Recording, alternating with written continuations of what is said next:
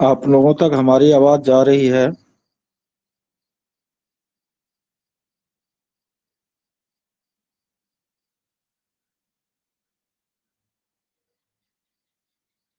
Okay.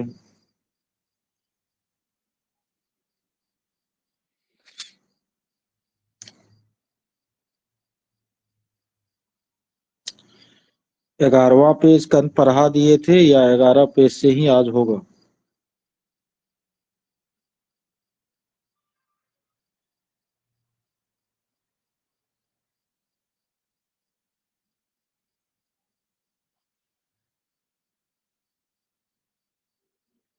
यानी 11वां page से ही होगा, ठीक है।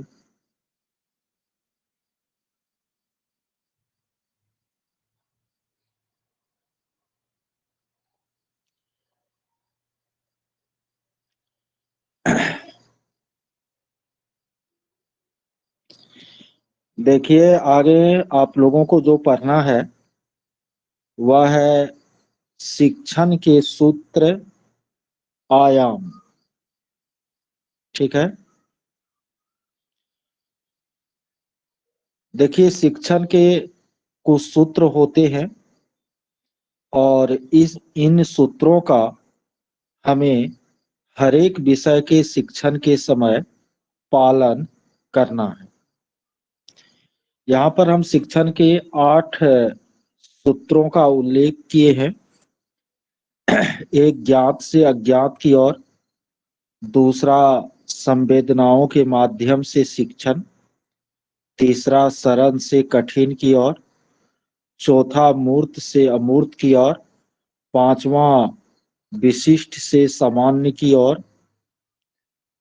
छठा, समग्र से अंश की ओर। सातवां, करके सीखना। आठवां, मनोविज्ञान से तर्क की ओर। और नौवां, आपको प्रकृति में घनिष्ठ संबंध बनाते हुए आनंददायी माहौल में शिक्षण। देखिए, शिक्षण का जो कार्य है वह हमेशा ज्ञात से अज्ञात की ओर होनी चाहिए। हम कोई भी नई चीज यदि बच्चों को बताते हैं तो उसे उनके पूर्व ज्ञान से जोड़ करके बताना चाहिए। तब बच्चे जो है अच्छी तरह से समझ पाते हैं। तो शिक्षण का कार्य हमेशा ज्ञात से अज्ञात की ओर होनी चाहिए।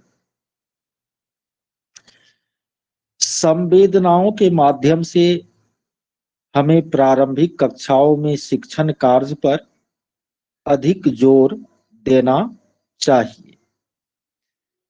आप यह बखूबी जानते हैं कि हमारे शरीर में 5 ज्ञान इंद्रिय होती है, जिनमें आपको आंख, कान, नाक, जीभ, त्वचा है।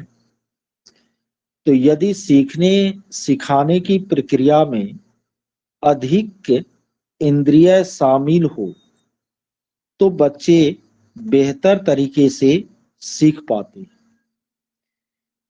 तो हमें जब भी शिक्षण विधि का चुनाव करना चाहिए बच्चों के लिए, तो इस चीज का ध्यान रखना है कि वैसी विधियों का हम चयन करें जिनमें अधिक से अधिक जो सेंस ऑर्गेन है, ज्ञानेंद्रिय है, उनका इस्तेमाल हो सके। उदाहरण के लिए आपको दृश्य श्रव्य साधन के द्वारा आजकल शिक्षण पर जोर दिया जा रहा है। तो दृश्य श्रव्य साधन के द्वारा शिक्षण पर जोर देने से क्या होता है, तो बच्चों की अधिक ज्ञान इंद्रिया, आंख, कान दोनों इसमें क्या होती है, सक्रिय होती है। और परिवेश से जोड़कर पढ़ाने की बात की जाती है, करके सीखने की जो बात की जाती है वो इसलिए की जाती है क्योंकि यदि अधिक संवेदी अंग सीखने में शामिल होंगे बच्चों के, तो बच्चे बेहतर तरीके से सीख पाएंगे। इनके बाद अगला जो सूत्र है शिक्षण कार्य का, वह है सरल से कठिन की ओर। देखिए, बच्चे को पहले हमें आसान चीजें बतानी चाहिए और उनके बाद जो है कठिन चीजें बतानी चाहिए। यदि प्रारंभ में ही बच्चों को हम पाठ का कठिन हिस्सा बता देंगे तो बच्चे डर करके उस पाठ से अपना कटाव जाहिर कर सकते हैं। तो निश्चित रूप से शिक्षण कार्य हमेशा सरल से कठिन की ओर होनी चाहिए। पहले आसान चीजें बच्चों को बतानी चाहिए, फिर कठिन चीजें बतानी चाहिए। शिक्षण कार्य मूर्त से अमूर्त की ओर होनी चाहिए। चूंकि आप जानते हैं कि प्रारंभिक कक्षाओं में पढ़ने वाले जो बच्चे हैं वो मूर्त वस्तु पर ज्यादा सक्षम हो करके चिंतन कर पाते हैं, यानी मूर्त वस्तुओं पर चिंतन करने में वे सक्षम होते हैं। अतः अमूर्त कल्पना को भी हमें मूर्त से जोड़ करके बच्चों को बतानी चाहिए। शिक्षण का कार्य हमेशा मूर्त से अमूर्त की ओर होनी चाहिए। साथ ही साथ शिक्षण का कार्य विशिष्ट से सामान्य या आगमन से निगमन की तरफ होनी चाहिए। यानी बच्चे को पहले उदाहरण बताना चाहिए और उनके बाद बच्चों को खुद से नियम की खोज करने के लिए प्रोत्साहित करना चाहिए। तो शिक्षण का कार्य जो है वो विशिष्ट से सामान्य की ओर अर्थात आगमन से निगमन की तरफ होनी चाहिए। साथ ही साथ आपको शिक्षण कार्य समग्र या स्थूल से अंश या सूक्ष्म की तरफ होनी चाहिए। यानी पहले बच्चे को समग्र अवधारणा देनी चाहिए, फिर उन अवधारणाओं का विश्लेषण करके बताना चाहिए। जैसे कि बच्चे को पहले समग्र भाषा की जानकारी देनी चाहिए, उनके बाद भाषा के वाक्य, फिर वाक्य जिन शब्दों से बनते हैं वे, और फिर शब्द जिनसे बनते हैं वर्ण या अक्षर उनसे बच्चों का परिचय कराना चाहिए। यानी सीधा बच्चे को पहले वर्ण या अक्षर से परिचय नहीं करा करके सार्थक भाषा, अर्थयुक्त भाषा से चलते हुए नीचे की तरफ बच्चे को वर्ण या अक्षर से परिचय कराना चाहिए। यानी शिक्षण का कार्य हमेशा समग्र से अंश की तरफ होना चाहिए, स्थूल से सूक्ष्म की ओर होनी चाहिए। ठीक है। विशिष्ट से सामान्य की ओर का मतलब है सलोनी कि पहले बच्चे को उदाहरण देनी चाहिए और फिर जो कॉमन उन उदाहरणों में नियम है उनकी खोज करने के लिए बच्चों को प्रोत्साहित करना चाहिए। यानी हमेशा प्रारंभिक कक्षाओं में हमें आगमन विधि का इस्तेमाल करना चाहिए। पहले उदाहरण देंगे और बच्चे फिर उन उदाहरणों को देख करके उनको सामान्यीकृत करके नियम की क्या करेगा, खोज करेगा। सातवां पॉइंट है करके सीखना। देखिए, करके यदि बच्चे सीखते हैं तो वो ज्ञान बच्चों में अस्थाई होता है। अतः करके सीखने पर हमें बल देना चाहिए। हमेशा बाल मनोविज्ञान का हमें ध्यान रखना चाहिए। कोई भी बात ये सही हो सकता है ऐसा तर्क करने से पहले हम प्राथमिकता देंगे कि बच्चों का मनोविज्ञान क्या कहता है। नहीं, हमेशा बाल मनोविज्ञान को आगे हमको रखना चाहिए और जो सामान्य तर्क हमारे मन में आ रहे हैं उनको पीछे रखना चाहिए। मनोविज्ञान से तर्क की तरफ शिक्षण होना चाहिए। साथ ही साथ प्रकृति से घनिष्ठ संबंध बनाते हुए बच्चों को आनंददायी माहौल में शिक्षण देना चाहिए। यानी माहौल आनंददायी होना चाहिए। ऐसा नहीं है कि बच्चों का मनोरंजन आपको करना है, बच्चे को आनंदित करना है, ऐसी कोई बात नहीं है। हाँ, सीखने सिखाने का जो परिवेश है, जो माहौल है ना, वो माहौल आनंददायी होना चाहिए। बच्चे के मन में कोई तनाव नहीं हो इस समय, इस चीज का हमें ख्याल रखना चाहिए। तो ये सब आपको शिक्षण के सूत्र हैं। यानी शिक्षण कार्य हमेशा ज्ञात से अज्ञात की ओर होनी चाहिए, संवेदी अंग जिसमें ज्यादा प्रयुक्त हो वैसी शिक्षण विधियों का इस्तेमाल करना चाहिए। मूर्त से अमूर्त की तरफ शिक्षण कार्य होना चाहिए। सरल से कठिन की तरफ होना चाहिए। उदाहरण से नियम या आगमन से निगमन या विशिष्ट से सामान्य की ओर शिक्षण कार्य होना चाहिए। समग्र से सूक्ष्म की ओर शिक्षण कार्य होना चाहिए। करके सीखने पर बल देना चाहिए। मनोविज्ञान से तर्क की ओर बढ़ना चाहिए, यानी बाल मनोविज्ञान का हमेशा हमको ध्यान रखना चाहिए। और प्रकृति से घनिष्ठ संबंध बनाते हुए बच्चों को आनंददायी माहौल में शिक्षण प्रदान करना चाहिए। ये सारे हो गए आपको शिक्षण के सूत्र। आगे है आपको शिक्षण का कौशल, टीचिंग स्किल। देखिए शिक्षण कोई भी जो कार्य होता है उससे जुड़ी हुई कुछ दक्षताएं होती है, उन दक्षताओं को ही कौशल कहते हैं। तो शिक्षण कौशल के अंतर्गत क्या क्या आता है, यानी एक शिक्षक में कौन कौन सा कौशल होना चाहिए। तो पहला है प्रश्न पूछने का कौशल। आप जानते हैं कि सीखने सिखाने के क्रम में शिक्षक जब बच्चों से प्रश्न करते हैं या बच्चे शिक्षक से प्रश्न करते हैं तो इनसे वर्ग का जो माहौल है वह सजीव बना हुआ रहता है। ठीक है। और एक शिक्षक में प्रश्न पूछने का कौशल होना चाहिए कि किस लेवल का बच्चा है, किस लेवल का हमको क्वेश्चन करना है ना। इस चीज की जानकारी बच्चों को होने बने शिक्षकों को होनी चाहिए। एक शिक्षक को शिक्षण कौशल के रूप में उन्हें प्रश्न पूछने का कौशल आना चाहिए। साथ ही साथ शिक्षक में व्याख्या करने का भी कौशल होना चाहिए कि वह कॉन्सेप्ट को अच्छी तरह विश्लेषण करके यदि बता रहा है तो वो व्याख्या कौशल हो गया। हाँ, व्याख्यान विधि नकारात्मक है, लेकिन व्याख्या करना, शिक्षक जो व्याख्या करते हैं किसी भी कॉन्सेप्ट का, वो गलत नहीं है। साथ ही साथ शिक्षक में उद्दीपन कौशल होना चाहिए। आप जानते हैं कि वर्ग कक्ष में शिक्षक उद्दीपन करते हैं और बच्चे अनुक्रिया करते हैं, इनके कारण सीखने का काम होता है।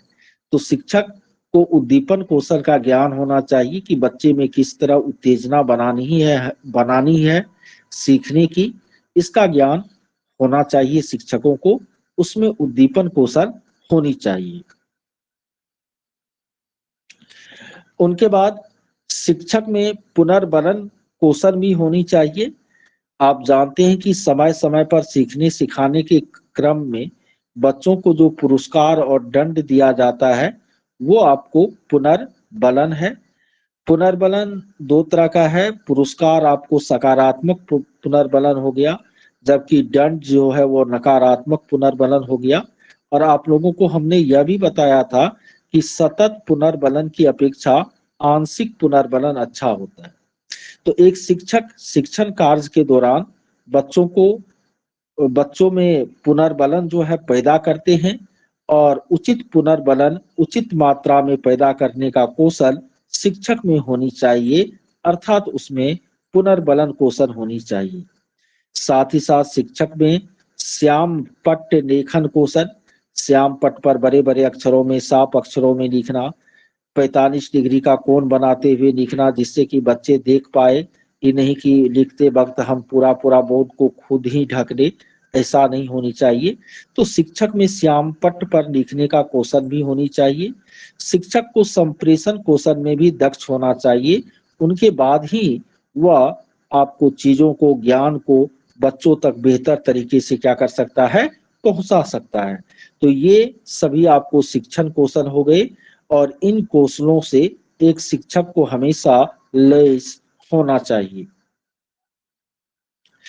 आगे है आपको शिक्षण सहायक सामग्री, टीचिंग लर्निंग एड्स। इसको शिक्षण अधिगम सामग्री भी आप कह सकते हैं। सहायक की जगह पर अधिगम यही यदि लगा दीजिएगा तो कोई दिक्कत नहीं है। टीएलएम का अंग्रेजी नाम टीचिंग लर्निंग मटेरियल होता है, इसी को हम सहायक अधिगम सामग्री के नाम से जानते हैं। और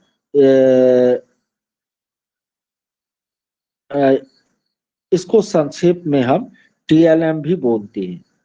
तो देखिए, सीखने सिखाने के काम में जिस किसी भी वस्तु का उपयोग होता है उन वस्तुओं को हम टीएलएम कहते हैं। चाहे वह पुस्तक हो, नमूना हो, कॉपी कलम हो, चार्ट हो, श्यामपट्ट हो, मानचित्र हो, ग्लोब हो, न सिनेमा हो, टेलीविजन हो, ये सब आपको शिक्षण की क्या है, सहायक सामग्री है। टीएलएम है, टीचिंग लर्निंग मटेरियल है, शिक्षण अधिगम सामग्री है।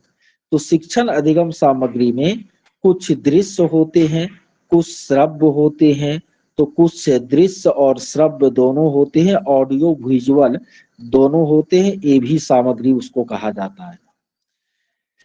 तो टीएलएम में दृश्य में क्या सब आता है, तो जैसे कोई चित्र है, पुस्तक है, कोई नमूना है, चार्ट है, श्यामपट्ट है, मानचित्र है, ग्लोब है, इन सबको बच्चे क्या कर सकते हैं, केवल देख करके समझ सकते हैं। तो ये आपको दृश्य टीएलएम हो जाएगा। इसी तरह रेडियो है, उनके बाद फोन है, ये सब आपको श्रव्य साधन हो जाएगा।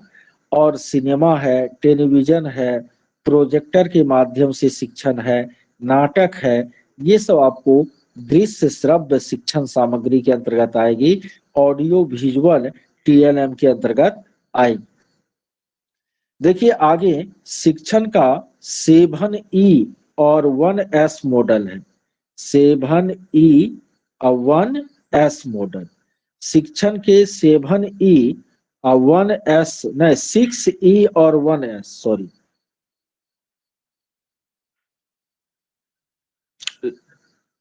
6E और 1S मॉडल इसको कहा जाता है। इसमें आपको 7 तरह का पद जो है शामिल है। पहला है संलग्न, दूसरा है अन्वेषण, तीसरा है व्याख्या, चौथा है विस्तृत, पांचवा है मूल्यांकन, छठा है विस्तार, सातवां है मानक। तो इसमें सबका अंग्रेजी देखिए, 6 गो शब्द ऐसा है जिनका अंग्रेजी ई से शुरू होता है और 1 गो मानक का अंग्रेजी स्टैंडर्ड एस से शुरू होता है। इसलिए इसको शिक्षण का 6E और 1S मॉडल कहा जाता है।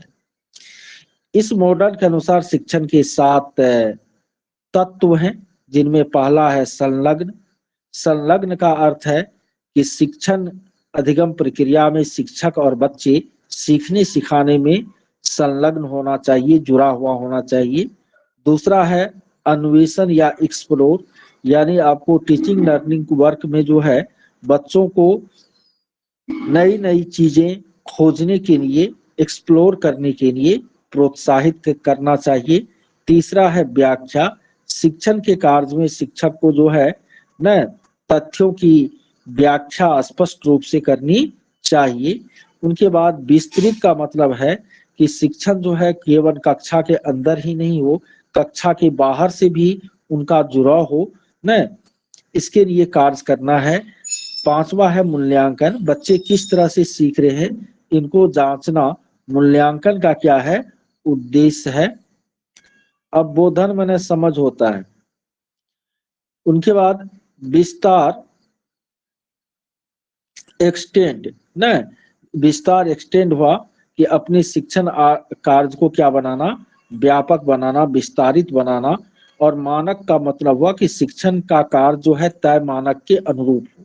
तो ये शिक्षण का 6E और 1S मॉडल है, जिसमें संलग्न, अन्वेषण, व्याख्या, विस्तृत, मूल्यांकन, विस्तार, ये 6 गो ई अक्षर से शुरू होता है और 7वां मानक स्टैंडर्ड जो है वो एस अक्षर से शुरू होता है। तो इसी को 6E और 1S मॉडल कहा जाता है। अब आगे 12वें पेज में आप लोगों को शिक्षण विधियां जो है समझनी है। देखिए शिक्षण विधि में यहाँ पर सबसे पहले आगमन और निगमन विधि के डिफरेंस को मैंने लिखा है। आप लोगों को पता है कि आगमन विधि में हम लोग उदाहरण से नियम की तरफ चलते हैं, यानी बच्चे को पहले उदाहरण देते हैं, फिर उन उदाहरणों का बच्चों को कहते हैं कि इन उदाहरणों का निरीक्षण करो, फिर बच्चों को कहते हैं कि इन उदाहरणों का सामान्यीकरण करो, यानी इसमें जो कॉमन बात है उसको खोजो, यानी नियम की खोज करो। फिर जब बच्चा नियम की खोज करता है तो उनका हम परीक्षण और सत्यापन करते हैं। इस तरह आगमन विधि जो है 4 सोपानों में क्या होती है, संपन्न होती है। उदाहरण प्रस्तुत करना, बच्चे के द्वारा निरीक्षण करना, न बच्चे के द्वारा उदाहरणों का सामान्यीकरण करना, और फिर बच्चे ने जिस नियम का खोज किया उनका सत्यापन करना। तो ये 4 चरण होता है आगमन विधि में। आगमन विधि में हमेशा बच्चे को उदाहरण दिया जाता है पहले, और बच्चे को खुद से नियम की खोज करने के लिए कहा जाता है। आगमन विधि जो है इसमें विशेष से सामान्य की ओर बढ़ा जाता है। आपको पता है कि आगमन में उदाहरण से नियम, तो उदाहरण विशेष चीज है और नियम सामान्य चीज है, सब पर लागू होता है। ऐसे करके आप लोग दिमाग में सेट कर लीजिएगा। तो आगमन में आपको विशेष से समान, और निगमन में हम लोग सामान्य से विशेष की ओर चलते हैं। उदाहरण बड़ा होता है, नियम छोटा होता है। आगमन में हम लोग स्थूल से सूक्ष्म की ओर, और निगमन में हम लोग सूक्ष्म से स्थूल की ओर आगे बढ़ते हैं। आगमन विधि में समय ज्यादा लगता है, निगमन विधि में समय कम लगता है। आगमन विधि में बच्चों द्वारा प्राप्त ज्ञान अस्थायी होता है, निगमन विधि में बच्चों के द्वारा प्राप्त ज्ञान उतना अस्थायी नहीं होता है। छोटी कक्षाओं के लिए आगमन विधि क्या है, अति उपयुक्त है न।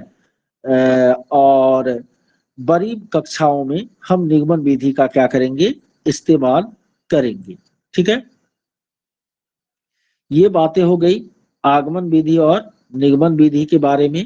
इनके बाद है आपको विश्लेषण विधि और संश्लेषण विधि। देखिए, विश्लेषण विधि में हम लोग अज्ञात से ज्ञात की ओर चलते हैं, यानी कोई जटिल चीज जिसके बारे में हमको जानकारी नहीं होती है उनको ऐसे खंडों में तोड़ते हैं जो सरल हो और जिनके बारे में हमको जानकारी हो।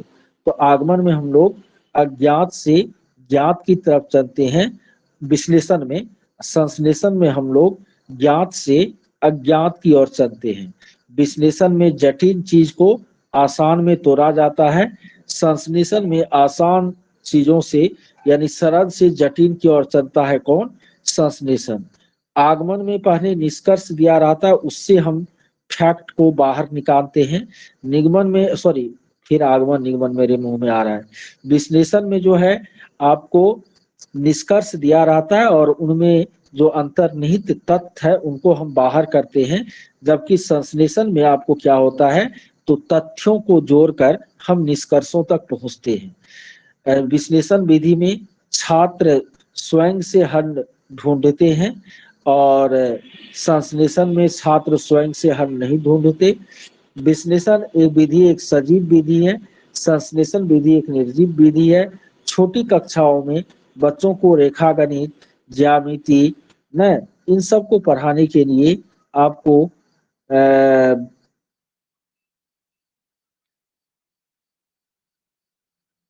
विश्लेषण विधि ज्यादा उपयुक्त है। इनके बाद है अन्वेषण विधि या खोज विधि या ह्यूरिस्टिक विधि। देखिए, अन्वेषण विधि में बच्चे ज्ञान की प्रकृति में क्या करते हैं, खोज करते हैं। अन्वेषण विधि ऐसे छात्रों के लिए उपयोगी नहीं होती जो कि मंद बुद्धि वाला हो, क्योंकि मंद बुद्धि वाला जो बच्चा होता है वे वातावरण से अपना रिलेशन बेहतर तरीके से स्थापित नहीं कर पाता न। तो इसलिए आपको ये जो अन्वेषण विधि है या छोटे बच्चों पर लागू नहीं होती है। गणित शिक्षण में प्रारंभिक स्तर पर ये आपको अनुपयोगी विधि है, उतना उपयोगी विधि नहीं है। व्याख्यान विधि chalk and talk method, question लिए किताब का और कॉपी पर उसको बना करके बच्चों को समझा दिए, तो वो वॉक एंड टॉक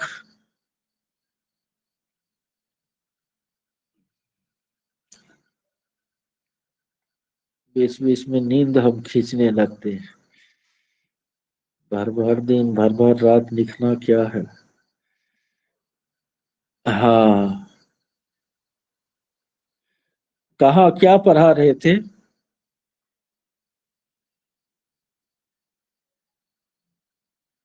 अभी तुरंत क्या बोल रहे थे हम? कौन विधि? तो फिर आधे, अच्छा अच्छा, विश्लेषण बोल रहे, विश्लेषण संश्लेषण बता। हाँ, ये बता रहे थे कि अन्वेषण विधि या खोज विधि या ह्यूरिस्टिक विधि आपको जो है, जो तेज बच्चे हैं उनके लिए उपयोगी होता है। जो मंद बुद्धि वाला बच्चा है उसमें इतनी क्षमता नहीं होती कि वे अन्वेषण विधि के द्वारा ज्ञान का क्या कर पाए, खोज कर पाए। उनके बाद एक प्रयोगशाला विधि है जो स्थूल से सूक्ष्म की ओर चलती है। इसमें करके सीखने पर बल दिया जाता है। प्रयोगशाला विधि में प्राप्त ज्ञान अस्थायी होता है, लेकिन यह विधि खर्चीली होती है। विज्ञान शिक्षण में प्रयोगशाला विधि जो है वो काफी क्या होती है, उपयोगी होती है। इनके बाद है आपको सर्वेक्षण विधि या क्षेत्र भ्रमण विधि। सर्वेक्षण विधि या क्षेत्र भ्रमण विधि में बच्चे वातावरण में जा करके फिर तथ्यों का संग्रह करते हैं, ज्ञान को इकट्ठा करते हैं। देखिए, पर्यावरण पढ़ाने में और सामाजिक विज्ञान पढ़ाने में सर्वेक्षण विधि या क्षेत्र भ्रमण विधि अच्छी विधि मानी जाती है। परियोजना विधि जो है वो भी आपको सामाजिक विज्ञान और पर्यावरण में अच्छी विधि मानी जाती है। शिक्षण विधि तो 1500 है, लेकिन यही 5-6 गो आपको दिमाग में क्या करना है, रखना है, और इनसे सभी विषय में काम आपको निकल जाएगा। ये जो आप बाल विकास में पेडागोजी सेक्शन पढ़ रहे हैं, तो ये पेडागोजी आपको हर एक विषय में क्या करेगा, काम देगा। ठीक है। अब जो अगला टॉपिक है वो है आपको अधिगम तथा शिक्षण ना। अगला टॉपिक है आपको अधिगम तथा शिक्षण। ठीक है। तो शिक्षण तो हमने अभी आपको क्या क्या है बताया है। तो अभी हम केवल यहाँ पर अधिगम के बारे में क्या करेंगे, चर्चा करेंगे, लर्निंग के बारे में चर्चा करेंगे। अधिगम का शाब्दिक अर्थ जो है वह सीखना होता है।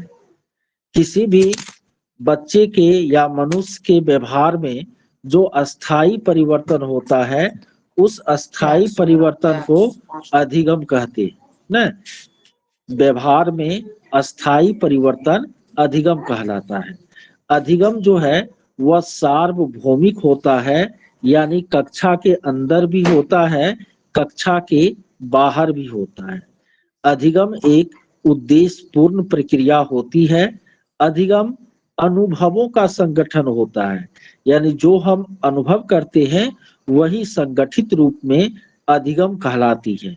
अधिगम के द्वारा हम नए कार्य की योजना तैयार करते हैं, और अधिगम जो है जीवन पर्यंत चलने वाली प्रक्रिया है, यह कभी रुकती नहीं है।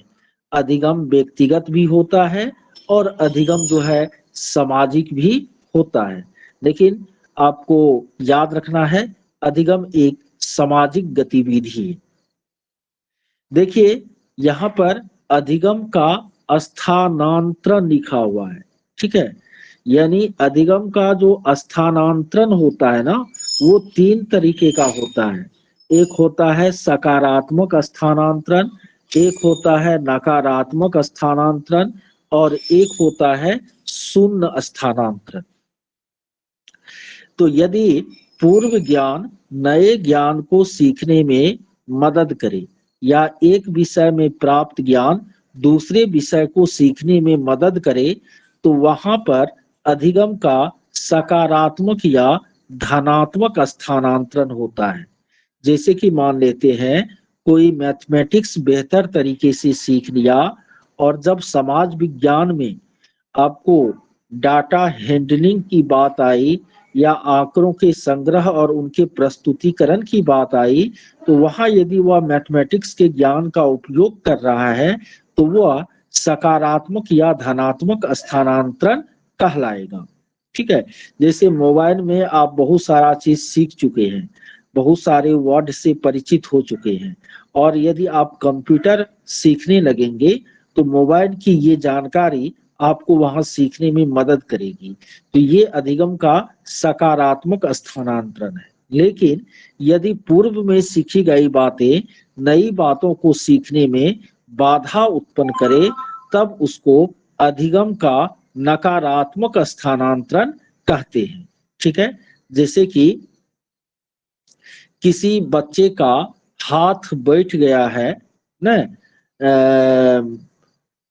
हाथ बैठ गया है पेंसिल से स्लेट पर लिखने का, मतलब वो हाथ उसका उस पर बैठा हुआ है, और यदि कलम से उसको कॉपी पर लिखने दिया जाए तो वो पेंसिल से स्लेट पर लिखने वाली आदत जो है थोड़ा सा उनको प्रभावित करती है, थोड़ा देर के लिए बाधा उत्पन्न करती है नई चीज को करने में। तो वो आपको अधिगम का नकारात्मक स्थानांतरण हो जाएगा। और यदि पूर्व ज्ञान का नए ज्ञान पर, पूर्व अनुभव का नए अनुभव पर कोई प्रभाव नहीं पड़े तो उसे अधिगम का शून्य स्थानांतरण कहते हैं। मान लेते हैं कोई लड़की खाना बनाना सीख ली और फिर वह कंप्यूटर सीखने के लिए बैठी, तो कंप्यूटर में उसे खाना बनाने वाला ज्ञान तो मदद नहीं करेगा और न ही बाधा उत्पन्न करेगा, तो वहां अधिगम का शून्य स्थानांतरण होगा। यानी पूर्व ज्ञान नए ज्ञान को सीखने में यदि मदद करे तो उसे सकारात्मक या धनात्मक स्थानांतरण कहते हैं।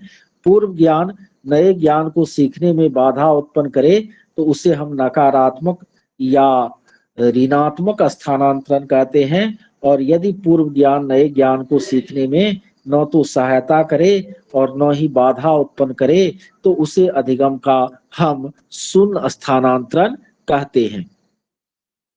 देखिए, बच्चे के सीखने के संबंध में अलग अलग मनोवैज्ञानिकों ने प्रयोग के सिद्धांतों को देने का कार्य किया।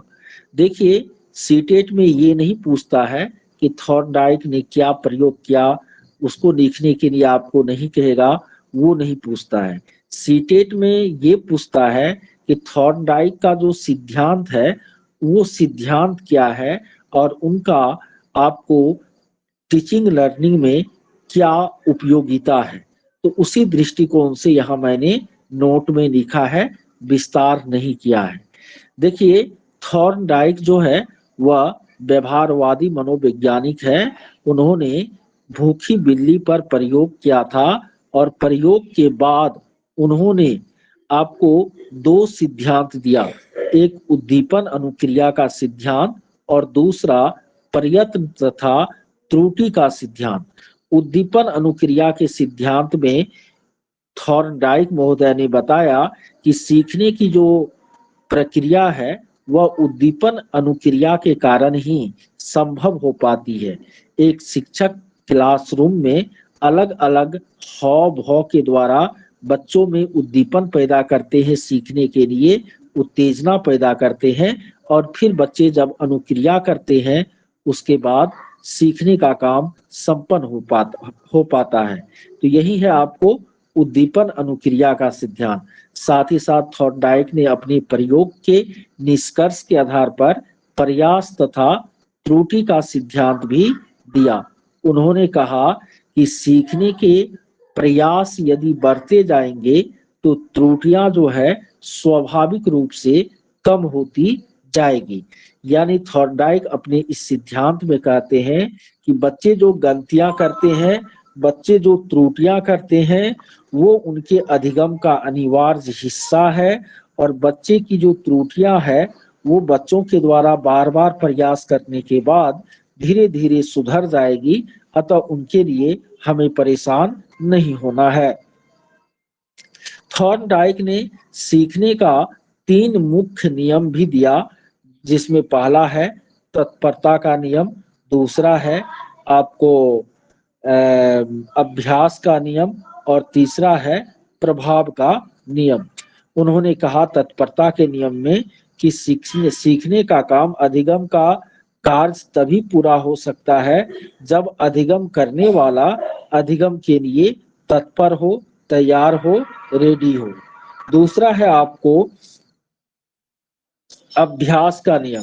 यह नियम कहता है कि सामान्य चीजों को सीखने में अभ्यास उतना महत्वपूर्ण नहीं है, लेकिन कला शिक्षण में खास करके, जैसे चित्रकला सीखने में न, या संगीत कला सीखने में, किसी भी प्रकार का कला सीखने में अभ्यास का क्या होता है, बहुत ही महत्वपूर्ण योगदान होता है।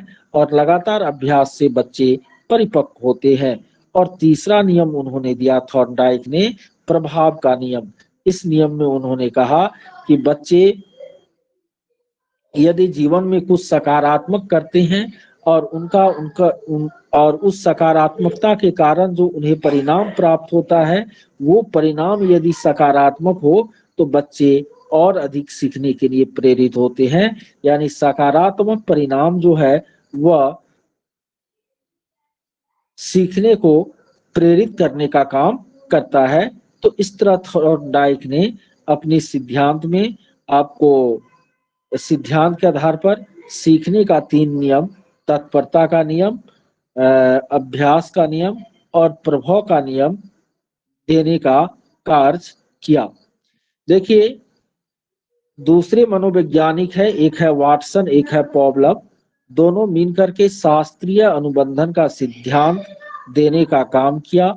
वाटसन ने अपने 11 महीने के पुत्र अल्बर्ट पर प्रयोग किया और पॉवलव ने आपको कुत्ता पर प्रयोग किया। और शास्त्रीय अनुबंधन के सिद्धांत का प्रयोग कहाँ कहाँ हम कर सकते हैं, तो बच्चे के स्वभाव का निर्माण करना हो, आदत का निर्माण करना हो, बच्चे के मानसिक और सांवेगिक असंतुलन का उपचार करना हो, तो इन सब कार्यों में आपको वाटसन और पॉवलव का जो शास्त्रीय अनुबंधन का सिद्धांत है वो उपयोगी होता है। देखिए, स्किनर भी व्यवहारवादी मनोवैज्ञानिक थे। उन्होंने सक्रिय या क्रिया प्रसूत अनुबंधन का सिद्धांत देने का काम किया। स्किनर ने अपना प्रयोग जो है सफेद कलर के चूहे पर किया था। स्किनर ने अपने प्रयोग के आधार पर निष्कर्ष में जो है वो पुनर्बनन पर क्या दिया, जोर दिया। स्किनर ने क्या कहा कि सीखने सिखाने में पुनर्बनन का बहुत बड़ा योगदान होता है। पुनर्बनन यानी शिक्षक के द्वारा बच्चे को जो अलग अलग तरीके से प्रोत्साहित किया जाता है वही क्या है, पुनर्बनन। और पुनर्बनन को स्किनर ने बहुत महत्वपूर्ण माना। स्किनर के सिद्धांत का शैक्षिक महत्व यह है, यानी स्किनर महोदय की बात यदि हम मानेंगे तो उनका कहना है कि हमको पाठ्य वस्तु को छोटे छोटे खंडों में तोड़कर बताना चाहिए न। यदि बच्चों को सीखने के क्रम में यानी बीच बीच में परिणाम का भी ज्ञान कराया जाए तो बच्चे सीखने के लिए और अधिक क्या होंगे, प्रेरित होंगे। साथ ही साथ स्किनर ने अभिक्रमित अधिगम का समर्थन किया, यानी एक के बाद एक क्रम से सीखने की बात को उन्होंने समर्थित करने का काम किया। इनके बाद कोहलर का सूझबूझ या अंतर्दृष्टि का क्या है, सिद्धांत है। कोहलर महोदय ने चिंपांजी नाम के बंदर पर क्या किया था, प्रयोग किया था। और कोहलर जो है गेस्टाल्टवादी मनोवैज्ञानिक थे। उन्होंने सूझबूझ और अंतर्दृष्टि के द्वारा सीखने पर बल देने का कार्य किया। अल्बर्ट बंडूरा भी एक मनोवैज्ञानिक है और अल्बर्ट बंडूरा महोदय ने आपको सामाजिक अधिगम पर जोर दिया है। उनका कहना था कि जिस तरह के सामाजिक माहौल या परिवेश में बच्चे रहते हैं उस तरह की व्यवस्था का वो नकल करते हैं और बच्चे क्या करते हैं, सीखते हैं। तो ये आपको बंडूरा का सामाजिक अधिगम का क्या हो गया, सिद्धांत हो गया। तो ये सारी बातें हम लोग अधिगम और अधिगम के जो सिद्धांत है उनके अंतर्गत क्या कर रहे थे, पढ़ रहे थे। अब जो अगला टॉपिक है वो काफी महत्वपूर्ण टॉपिक है, जिससे कि आपको 2-3 प्रश्न एग्जाम में रहने की संभावना होती है। जैसे कि पिछले बार आपको बहुत सारे शिफ्टों में जो है हॉवर्ड गार्डनर का जो थ्योरी है बुद्धि वाला, उनको पूछा गया। तो हम लोग बुद्धि चैप्टर को क्या करते हैं, आगे देखते हैं। देखिए बुद्धि क्या है, तो बुद्धि जो है वह विशिष्ट योग्यताओं या सामर्थ्यों का समुच्चय है। योग्यता को ही सामर्थ्य कहते हैं या क्षमता कहते हैं। ठीक है, तो बुद्धि जो है विशिष्ट योग्यता या क्षमताओं का क्या है, आपको समुच्चय है। और बुद्धि बहुआयामी होता है। बुद्धि एकल आयामी नहीं बल्कि विकास की तरह ही बहुआयामी होता है। बुद्धि वह योग्यता है जिनके कारण बच्चे अमूर्त चिंतन कर पाते हैं, समस्या का समाधान कर पाते हैं और नई परिस्थिति में खुद को अनुकूलित कर पाते हैं। थॉर्नडाइक नामक विद्वान ने बुद्धि का 3 प्रकार बताया: मूर्त बुद्धि, अमूर्त बुद्धि और सामाजिक बुद्धि। जिस बुद्धि का इस्तेमाल हम दैनिक कार्य संपादित करने के लिए करते हैं वो आपको मूर्त बुद्धि कहलाता है, और जिस बुद्धि का उपयोग हम अमूर्त चिंतन के लिए करते हैं वो आपको अमूर्त बुद्धि कहलाता है। और जिस बुद्धि का उपयोग हम किसके लिए करते हैं, समस्या समाधान के लिए, जिसका उपयोग हम लोग समाज में दूसरे व्यक्ति से व्यवहार स्थापित करने के लिए, संबंध स्थापित करने के लिए करते हैं, वो बुद्धि क्या है, सामाजिक बुद्धि है। थॉर्नडाइक ने कहा कि बुद्धि के ये तीनों प्रकार, मूर्त बुद्धि, अमूर्त बुद्धि और सामाजिक बुद्धि, सभी व्यक्तियों में पाए जाते हैं, लेकिन खास प्रकार के व्यक्तियों में खास प्रकार की जो बुद्धि है वह प्रबल होती है। जैसे कि आपको जो मिस्त्री टाइप का लोग होता है, नाविक या चालक है, इन सब में मूर्त बुद्धि ज्यादा प्रबल होती है। ऐसा नहीं है कि हम में आप में नहीं है मूर्त बुद्धि, सब में है, लेकिन इन लोगों में मूर्त बुद्धि ज्यादा प्रबल होती है। अमूर्त बुद्धि किसमें ज्यादा प्रबल होगा, जो साहित्यकार हैं, लेखक हैं, वैज्ञानिक हैं, ये लोग कल्पना करने में सक्षम होते हैं। तो इन सबको कौन सा बुद्धि अच्छा लगेगा, कौन सा बुद्धि इन सब में बेहतर होगा, तो अमूर्त बुद्धि।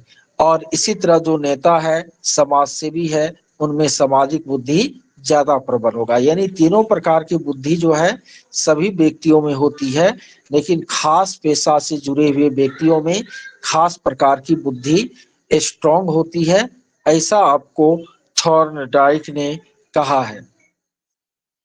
देखिए बुद्धि के संबंध में जो जो उपागम दिए गए हैं, जो जो सिद्धांत दिए गए हैं, उनको हम 2 श्रेणियों में बांट सकते हैं। एक मनोमितिक उपागम और दूसरा सूचना प्रक्रमण उपागम। बुद्धि का जो मनोमितिक उपागम है वह बुद्धि को योग्यताओं का समुच्चय मानती है, और बुद्धि का जो सूचना प्रक्रमण उपागम है न, वो आपको बुद्धि को तर्क और समस्या समाधान की प्रक्रिया मानती है। ठीक है, ये मनोमितिक और सूचना प्रक्रमण उपागम के बारे में हो गया। देखिए बुद्धि के संबंध में बहुत सारे मनोवैज्ञानिकों ने अपने अपने सिद्धांत दिए हैं, जिसको जो पुराने स्टूडेंट है तो वो क्रैश कोर्स या उससे भी पहले की कक्षा में बुद्धि को विस्तार पूर्वक क्या किए हैं, पढ़े हैं। बुद्धि के सिद्धांत में पहला आता है एक कारक सिद्धांत, जो कि अल्फ्रेड बिने ने देने का काम किया। एक कारक सिद्धांत जो है बुद्धि का अल्फ्रेड बिने ने दिया। उन्होंने कहा कि बुद्धि अविभाज्य और समग्र होता है, यह योग्यताओं का समुच्चय होता है। ठीक है, लेकिन ये जो एक कारक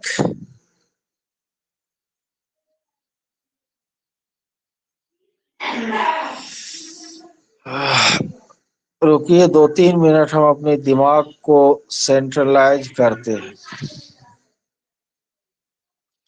एक्चुअली हुआ क्या है, तो लगातार अध्ययन के कारण जो है और लेखन के कारण कंसंट्रेशन बिगड़ रहा है।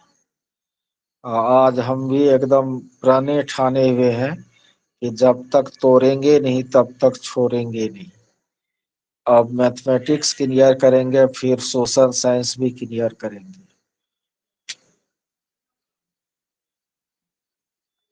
आज के बाद लिखने का टेंशन खत्म करना है, चाहे कुछ भी हो जाए।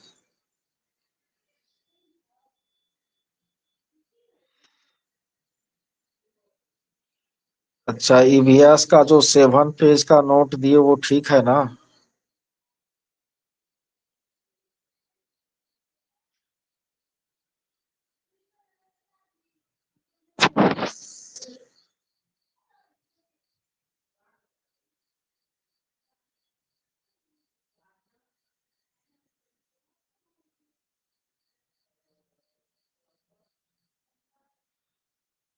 देखिए, ईवीएस में वो दोनों पीडीएफ आपको संपूर्ण है, ठीक है।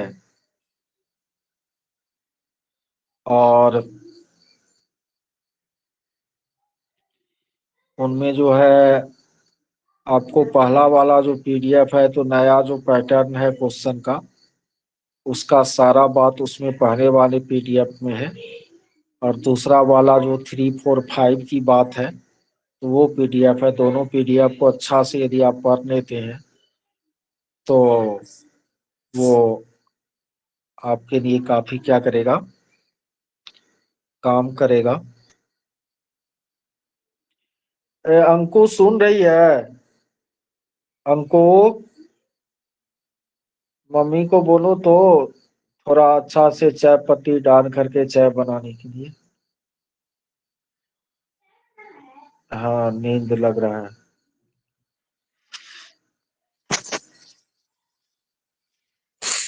चलिए हम लोग, हाँ पीडीएफ व्हाट्सएप पर भेज दिए हैं। इतिहास का आज दिन में भेजे हैं तो कैसे नहीं मिला है?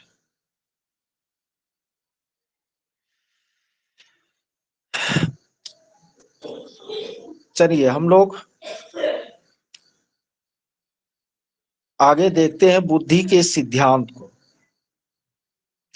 देखिए, बुद्धि का एक कारक सिद्धांत अल्फ्रेड बीने नाम के मनोवैज्ञानिक ने दिया।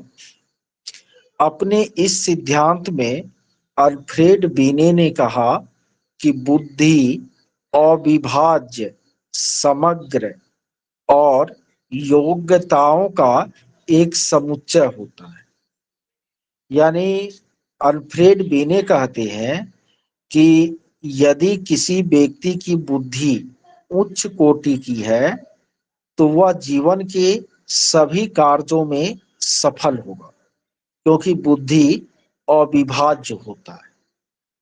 तो ये अल्फ्रेड बीने अपने एक कारक सिद्धांत में कहते हैं। लेकिन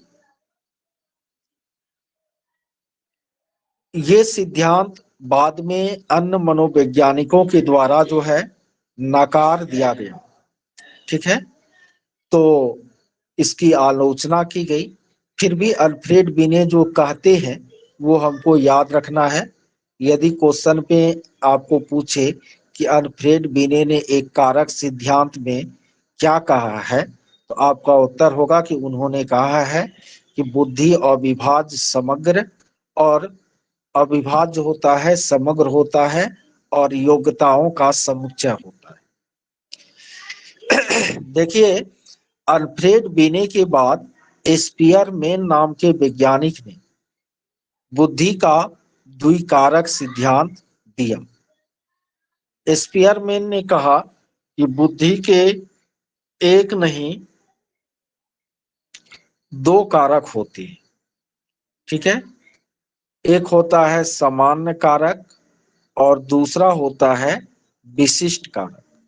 सामान्य कारक को जनरल फैक्टर, जी फैक्टर कहते हैं और विशिष्ट कारक को स्पेशल फैक्टर, एस फैक्टर कहते हैं। स्पीयरमैन महोदय कहते हैं कि बुद्धि का जो सामान्य कारक है वह व्यक्ति के सामान्य मानसिक ऊर्जा को दर्शाती है और बुद्धि के सामान्य कारक का प्रभाव जो है व्यक्ति द्वारा किए जाने वाले सभी प्रकार के कार्यों के निष्पादन पर पड़ता है।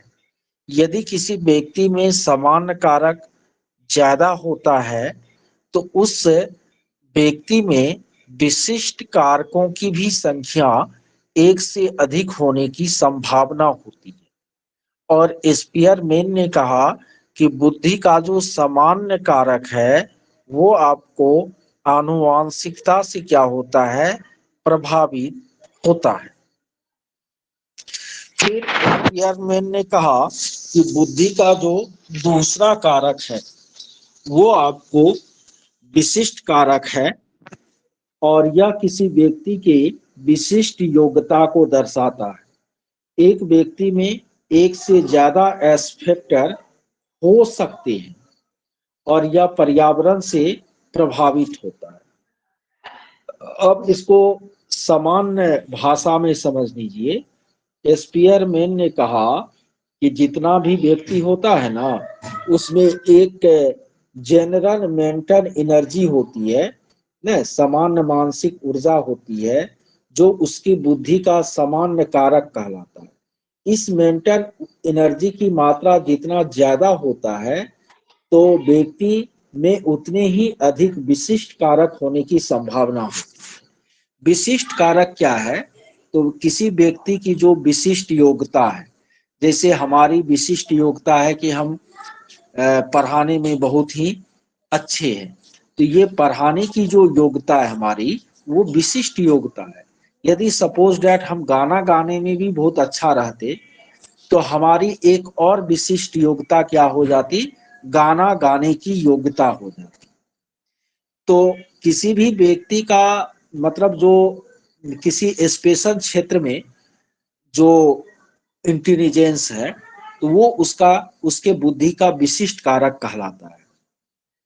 तो स्पीयरमैन ने कहा कि समान मानसिक ऊर्जा तो सब में होती है, जिसमें ज्यादा होता है तो उसमें विशिष्ट कारक भी एक से ज्यादा होता है।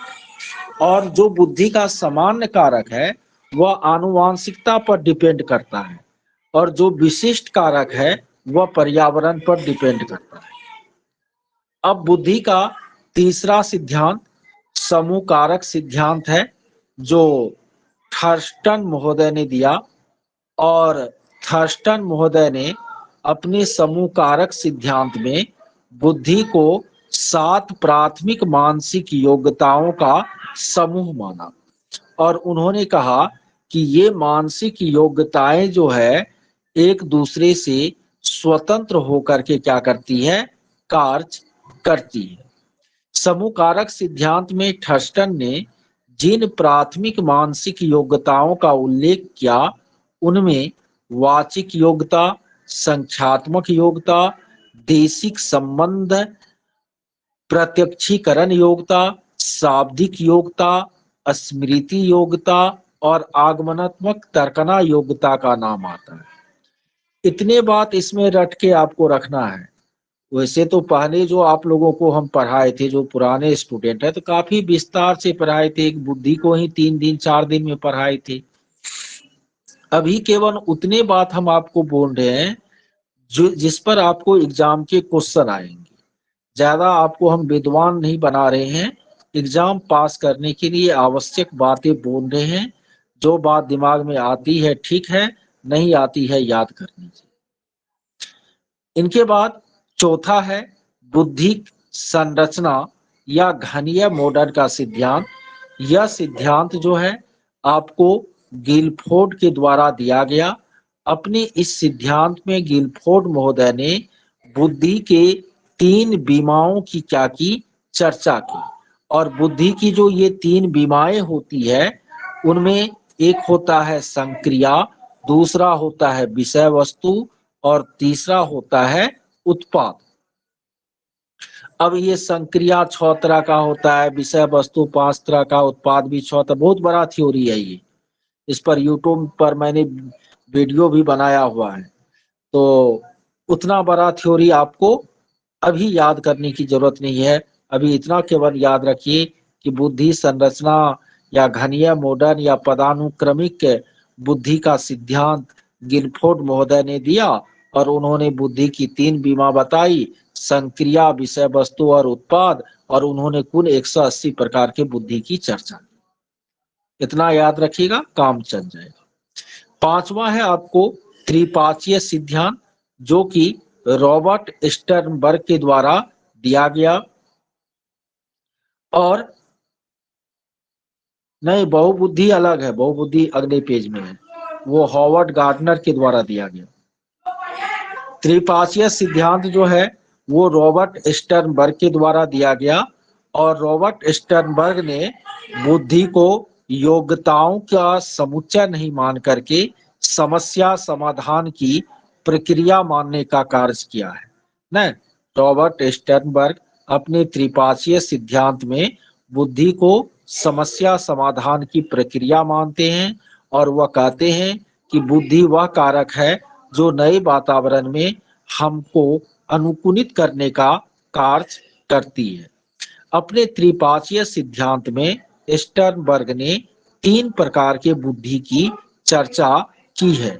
एक घटकीय बुद्धि या विश्लेषणात्मक बुद्धि, दूसरा आनुभविक बुद्धि, रचनात्मक या सृजनात्मक बुद्धि, तीसरा सांदर्भिक या अवयवभूत बुद्धि।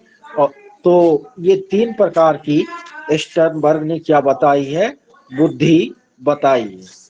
घटकीय या विश्लेषणात्मक बुद्धि किसको कहते हैं, तो वह बुद्धि जिनका उपयोग हम आलोचनात्मक चिंतन करने में और किसी भी जटिल तथ्य के विश्लेषण में करते हैं, उनको जो है घटकीय या विश्लेषणात्मक बुद्धि कहा जाता है। आलोचनात्मक चिंतन का मतलब हुआ कि किसी भी चीज के पॉजिटिव और निगेटिव दोनों ही प्रभावों पर चिंतन करना आलोचनात्मक चिंतन कहलाता है। आलोचनात्मक चिंतन जो है वो अच्छी चीज है, और हमें बच्चों में आलोचनात्मक चिंतन करने की जो योग्यता है वो क्या करना है, विकसित करना है।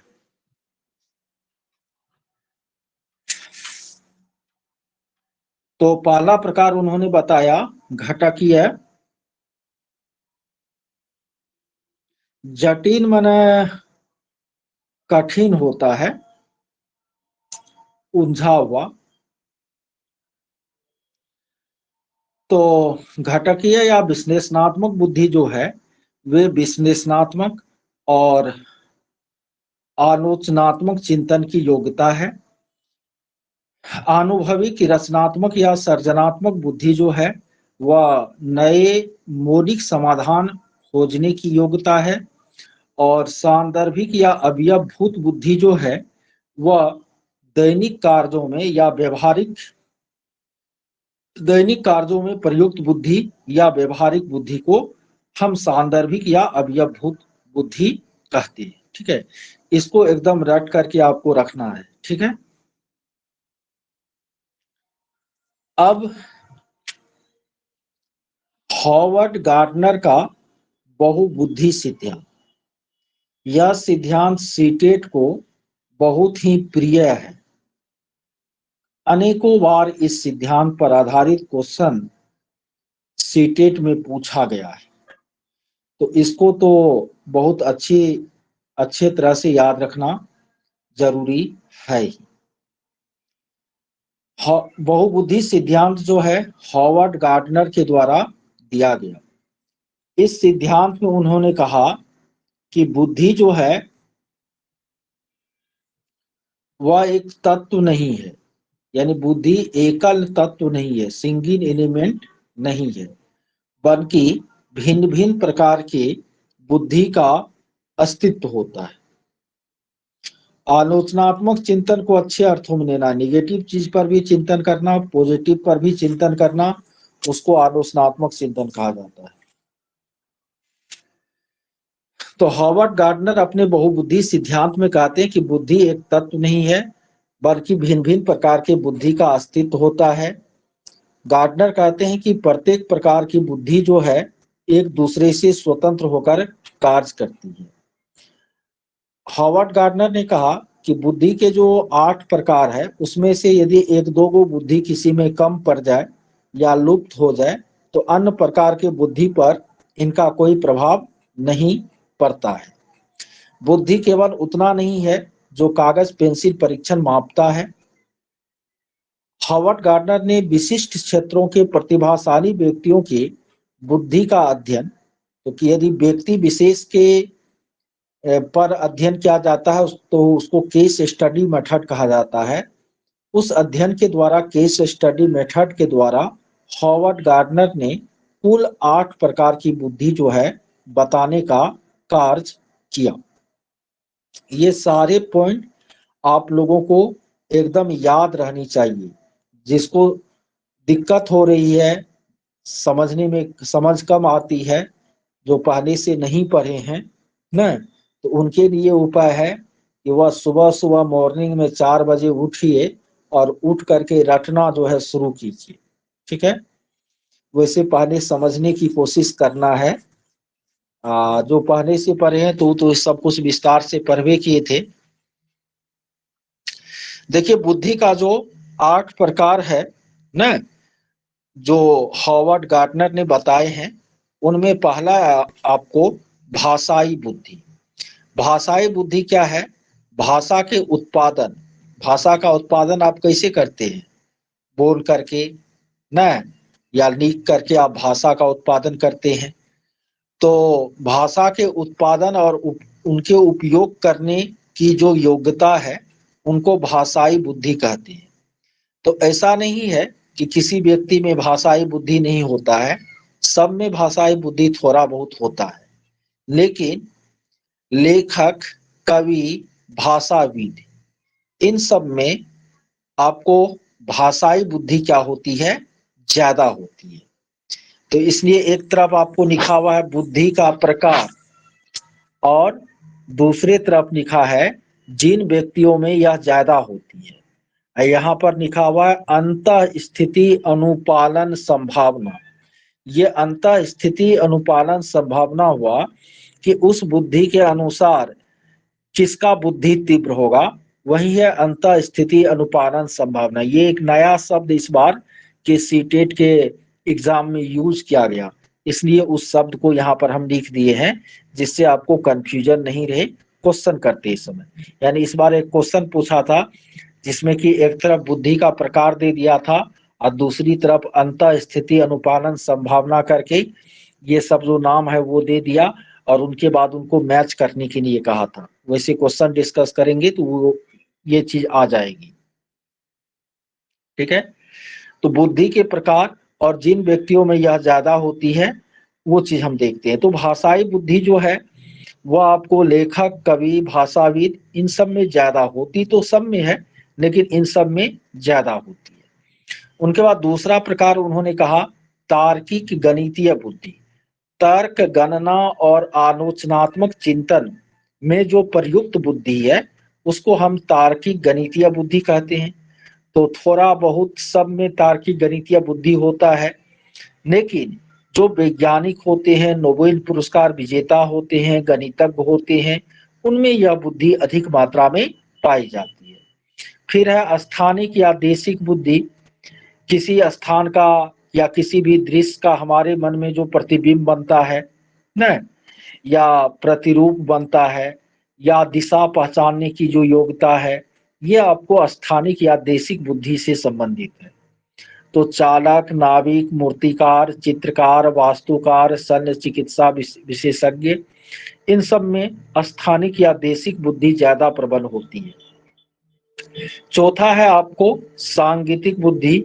संगीत और गीत के लय उत्पन्न करने और प्रहस्तन, प्रहस्तन माने दूसरों तक पहुंचाने, प्रहस्तन माने दूसरों तक पहुंचाने, तो प्रहस्तन की जो क्षमता है इनको सांगीतिक बुद्धि कहते हैं। जो भी संगीतज्ञ और गायक होते हैं उनमें यह बुद्धि ज्यादा प्रबल होती है। उनके बाद है आपको शारीरिक गतिक बुद्धि। शारीरिक गतिक बुद्धि क्या है? शरीर के अंगों के लोच एवं सर्जन की जो योग्यता है उसको शारीरिक गतिक बुद्धि कहते हैं। जो भी धावक होते हैं, नर्तक होते हैं, अभिनेता होते हैं, खिलाड़ी होते हैं, जिम्नास्टिक खेल खेलने वाले होते हैं, सैनिक होते हैं, सर्जन होते हैं, इस सब में शारीरिक गतिक बुद्धि ज्यादा स्ट्रॉन्ग होती है। इनके बाद है अंतर वैयक्ति। अंतः व्यक्तिक, इसमें बहुत लोग फंसते हैं। एक में है रेफ लगा हुआ, एक में रेफ नहीं है लगा हुआ। एक अंतर वैयक्तिक है, एक अंतः वैयक्तिक है। तो अंतर वैयक्तिक जो है वो सामाजिक बुद्धि है, यानी दूसरे व्यक्ति के साथ व्यवहार में जो प्रयुक्त बुद्धि है वो आपको अंतर वैयक्तिक बुद्धि है। मनोवैज्ञानिक, परामर्शदाता, नेता, समाज सेवी, इन सब में अंतर वैयक्तिक बुद्धि ज्यादा प्रबल होती है। और अंतः वैयक्तिक बुद्धि जो है वह अपने निजी भावना, अभिप्रेरणा और इच्छाओं को जानने की क्षमता है। दार्शनिक और आध्यात्मिक नेता में ये बुद्धि ज्यादा प्रबल होती है। प्राकृतिक बुद्धि बुद्धि का 8वां प्रकार है, जिसे हॉवर्ड गार्डनर ने बताया, और उन्होंने कहा कि पर्यावरण के प्राकृतिक पक्ष को पहचानने की जो योग्यता है उसको हम प्राकृतिक बुद्धि कहते हैं। जो भी आपको शिकारी होते हैं, पर्यटक होते हैं, किसान होते हैं, जीव वैज्ञानिक होते हैं, उन सब में ये प्राकृतिक बुद्धि जो है ज्यादा स्ट्रॉन्ग होती है। तो इस तरह हॉवर्ड गार्डनर के सिद्धांत की जो ये महत्वपूर्ण बातें हैं, उनके बाद उनके द्वारा बताया गया बुद्धि का प्रकार और जिसमें यह बुद्धि ज्यादा होता है, इनको आपको याद रखना है। इनके बाद है आपको बुद्धि परीक्षण। बुद्धि परीक्षण किस तरह से होता है, तो ये तो बहुत विस्तार की चीज है। बुद्धि लब्धि आईक्यू का सूत्र होता है मानसिक आयु गुना 100 बटे शारीरिक या वास्तविक आयु। जैसे कोई 5 वर्ष का बच्चा है, वह 8 वर्ष के बच्चे की बुद्धि रखता है, यानी 5 वर्ष के बच्चा 8 वर्ष के बच्चों के लिए निर्धारित प्रश्नों का उत्तर देने में सक्षम है, तो निश्चित रूप से उस बच्चा का मानसिक आयु 8 वर्ष हो जाएगा और रियल आयु 5 वर्ष हो जाएगा। और उनकी जो आईक्यू होगी वह मानसिक आयु गुना 100 बटे वास्तविक या शारीरिक आयु, तो 8 गुना 100 बटे 5 कट कुट के 160 निकल जाएगा। इसी सूत्र से वास्तविक आयु निकालने का सूत्र होता है मानसिक आयु गुना 100 बटे आई क्यू, और मानसिक आयु निकालने का सूत्र होता है आई क्यू गुना शारीरिक आयु बटे 100। सीटेट में कई बार आपको इन सूत्रों पर आधारित क्वेश्चन पूछे गए हैं, यानी दो को कोई चीज दे देता है, जैसे मानसिक आयु शारीरिक आयु दे दिया, आईक्यू निकालने का देगा, या आईक्यू और मानसिक आयु दे देगा और शारीरिक आयु निकालने का देगा, तो इस सूत्र का प्रयोग करके वो हम निकाल सकते हैं। देखिए, ऐसे बच्चे जिनका इंटेलिजेंस क्वाइटेंट, जिसका बुद्धि लब्धि 90 से कम होता है, वो आपको मंद बुद्धि का बच्चा होता है। जिसका इंटेलिजेंस क्वाइटेंट, जिसका बुद्धि लब्धि 90 से 110 के बीच होता है, 110 से नीचे तो 109 तक, 90 से 109 तक जिनका बुद्धि लब्धि होता है वो समान बुद्धि का बच्चा होता है। और 110 या इनसे ऊपर यदि आपको बुद्धि है तो उनको हम क्या कहते हैं, उच्च बुद्धि का बच्चा। जितना ऊपर होगा उतना ही इंटेलिजेंट बच्चा कहलाएगा।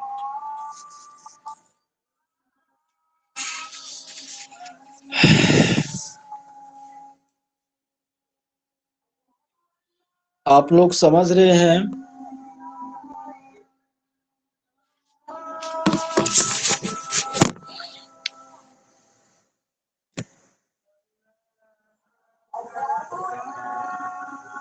ओके।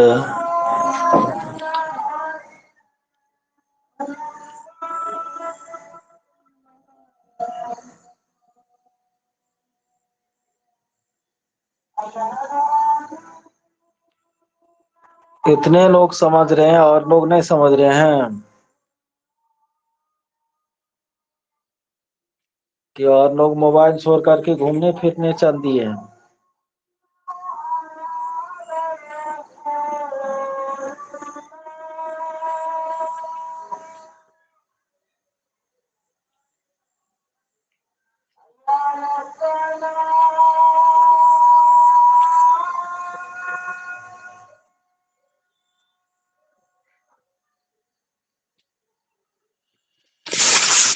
ओके, तो वैसे 1 घंटा 10 मिनट हम पढ़ाए हैं। धावक हो गया दौड़ने वाला चंचल, जो रनिंग करता है, दौड़ता है।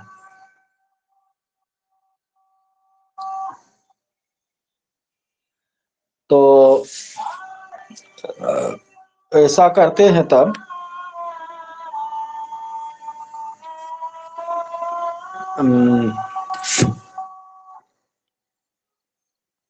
कल मॉर्निंग में जो है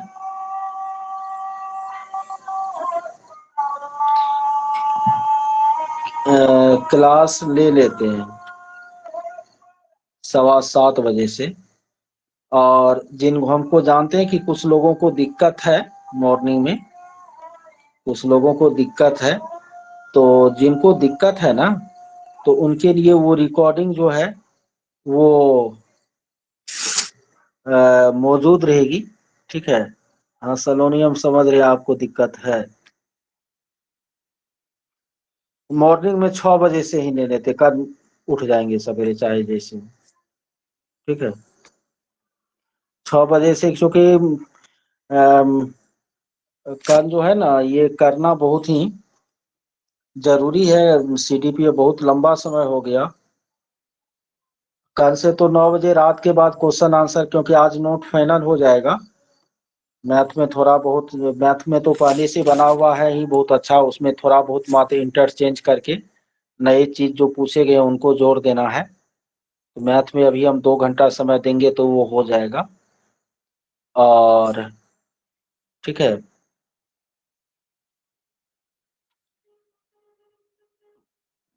हो जाएगा। और उनके बाद फिर शोषण बचा हुआ रह जाएगा। वो थोड़ा धीरे धीरे 1-2 दिन में होगा कल से, लेकिन क्वेश्चन आंसर का भी सेशन शुरू कर देंगे।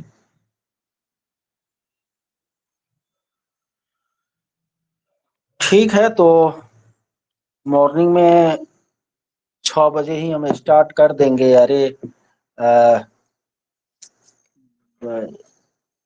जो कम न जग पाएंगे तो बाद में थोड़ा सा रिकॉर्डिंग देख लेंगे, और क्या।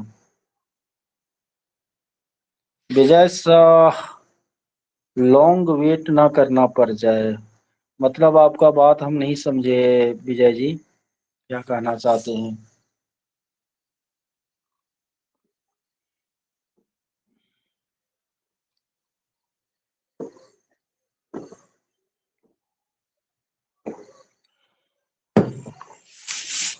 अच्छा, प्याजे और वाइगोत्स्की में,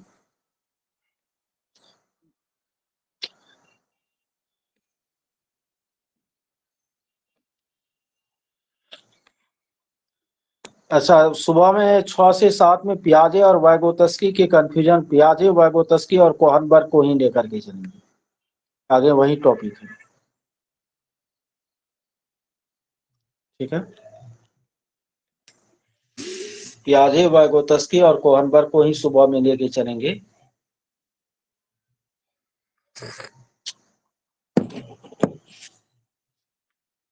ठीक।